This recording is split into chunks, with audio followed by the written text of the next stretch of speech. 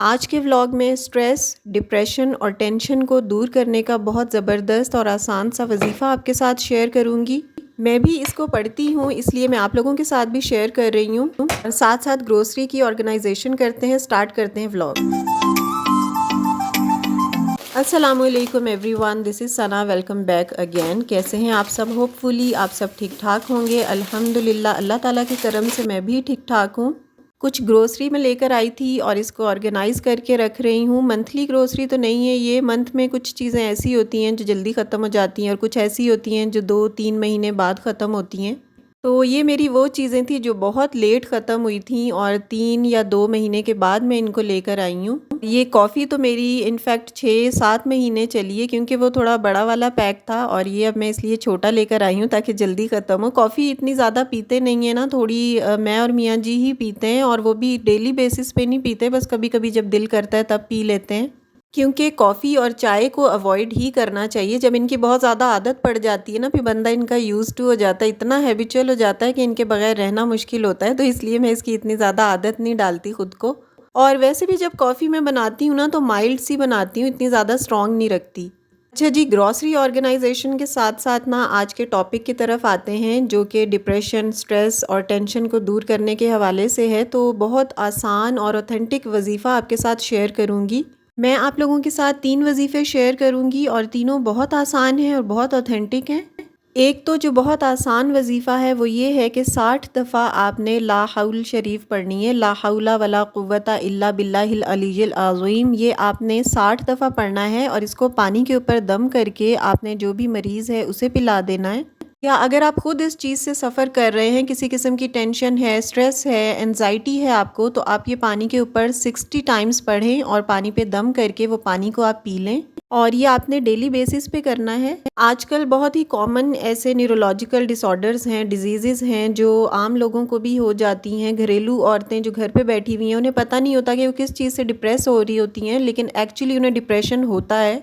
Confused thinking होती है, उनको कोई भी डिसीजन लेने में मसला हो रहा होता है। And if you are a highly sensitive person, any bad news may have bad impact on your psychological makeup. Like किसी के साथ भी अगर आपकी बहुत ज़्यादा लड़ाई हो गई हो या किसी ऐसे की डेथ हो गई हो जिसके बगैर आप नहीं रह सकते, और कोई भी बुरी चीज़ आपकी ज़िंदगी में जब होती है तो आप उस साइकोलॉजिकल डिसऑर्डर से गुजरते हैं, डिप्रेशन में आ जाते हैं आप। कुछ लोग तो छोटी मोटी चीज़ों को टॉलरेट कर लेते हैं, लेकिन कुछ लोग ऐसे होते हैं जिनके लिए जो छोटी छोटी जो चीज़ें होती हैं, जो घरों में लड़ाई हो रही होती है, कोई भी बैड न्यूज़ वो सुनते हैं तो वो बहुत ज़्यादा साइकोलॉजिकल हो जाते हैं, बहुत ज़्यादा साइको हो जाते हैं, उनको डिप्रेशन हो जाता है, स्ट्रेस लेते हैं। तो ऐसे लोगों के लिए मैंने आपको ये वजीफ़ा बताया है जो बहुत आसान है और 60 टाइम्स आपने रोज़ाना पानी पे दम करके लाहौल शरीफ पढ़ना है। और इसके अलावा जो दूसरा वजीफ़ा है वो भी बहुत आसान है।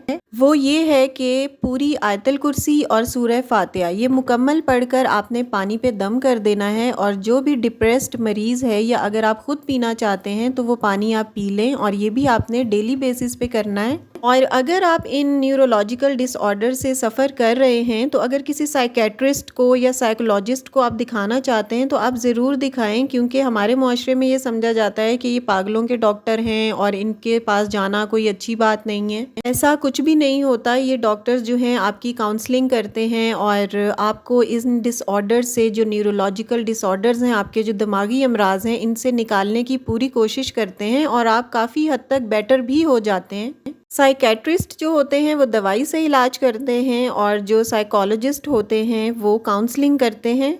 मतलब कि वो वर्बली आपको ट्रीट करते हैं, आपकी हिस्ट्री पूछते हैं और आपकी टेंशन की जो वजूहात होती हैं वो पूछते हैं आपसे। इसी तरह आपकी जो भी न्यूरोलॉजिकल डिजीज़ है उसको काउंसिल करने की कोशिश करते हैं। और सबसे बड़ा जो एंटी डिप्रेसेंट है वो वॉक है और इसके अलावा जॉग है, एरोबिक एक्सरसाइजेज हैं। आपको पता है ना, कोई भी जो डॉक्टर आपकी काउंसलिंग कर रहा है, किसी की भी जब काउंसलिंग हो रही होती है तो वो ये भी कहते हैं कि आप वॉक करें और एक्सरसाइज रेगुलर बेसिस पे करें।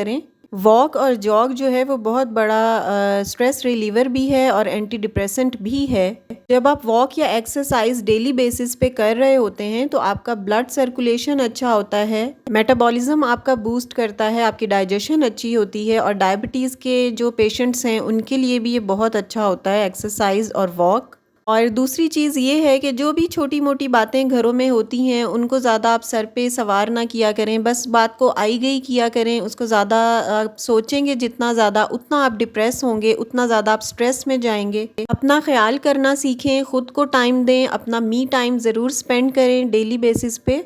ये चीज़ें मुश्किल तो होती हैं, लेकिन आपको टाइम टेबल बनाना होगा, आपको पंक्चुअल अपने काम से रहना होगा, रेगुलर बेसिस पे, डेली बेसिस पे, रूटीन पे काम करने होंगे, तो ज़रूर आपके पास अपने लिए भी टाइम निकल आएगा। ये सोचकर अपना ख़्याल करें कि जब आप अपना ख़्याल रखेंगे तो आप दूसरों का ख़्याल रखेंगे ना। आप अपने फैमिली का, अपने हस्बैंड का, अपने माँ-बाप का और अपने बच्चों का ख़्याल उसी बेस पे रख सकते हैं जब आप अपना ख़्याल रख रहे हैं, जब आप खुद सेहतमंद हैं।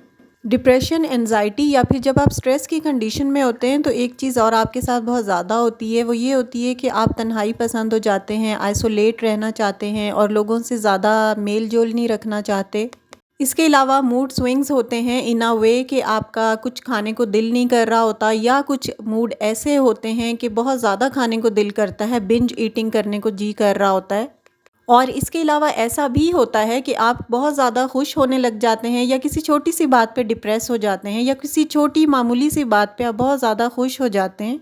आपका जो मूड है वो बहुत ज़्यादा एलिवेट हो जाता है। तो इन सब सूरतों में आपने करना क्या है कि सबसे बड़ी कमिटमेंट आपने अपने साथ करनी है, और ये चीज़ें आपके बाहर से नहीं होंगी, ये आपके अंदर से होंगी। इसी तरह स्लीप डिसऑर्डर्स भी साइकोलॉजिकल जो पेशेंट्स होते हैं उनके अंदर काफ़ी हो जाते हैं। लाइक वो या तो बहुत ज़्यादा सोते हैं या बहुत कम सोते हैं, नींद उनको कम आती है, इंसोम्निया हो जाता है, और ऐसे में फिर डॉक्टर्स उनको एंटी डिप्रेसेंट्स देते हैं या नींद की गोलियां भी देते हैं। इंसान के दिमाग के अंदर बहुत से स्पेशल केमिकल्स होते हैं, और स्पेशली 4 हार्मोन्स ऐसे होते हैं जो हमारे मूड को एलिवेट करते हैं, हमारा मूड जिनसे अच्छा हो जाता है। जब ये हार्मोन्स रिलीज़ होते हैं तो इंसान का मूड हैप्पी हो जाता है।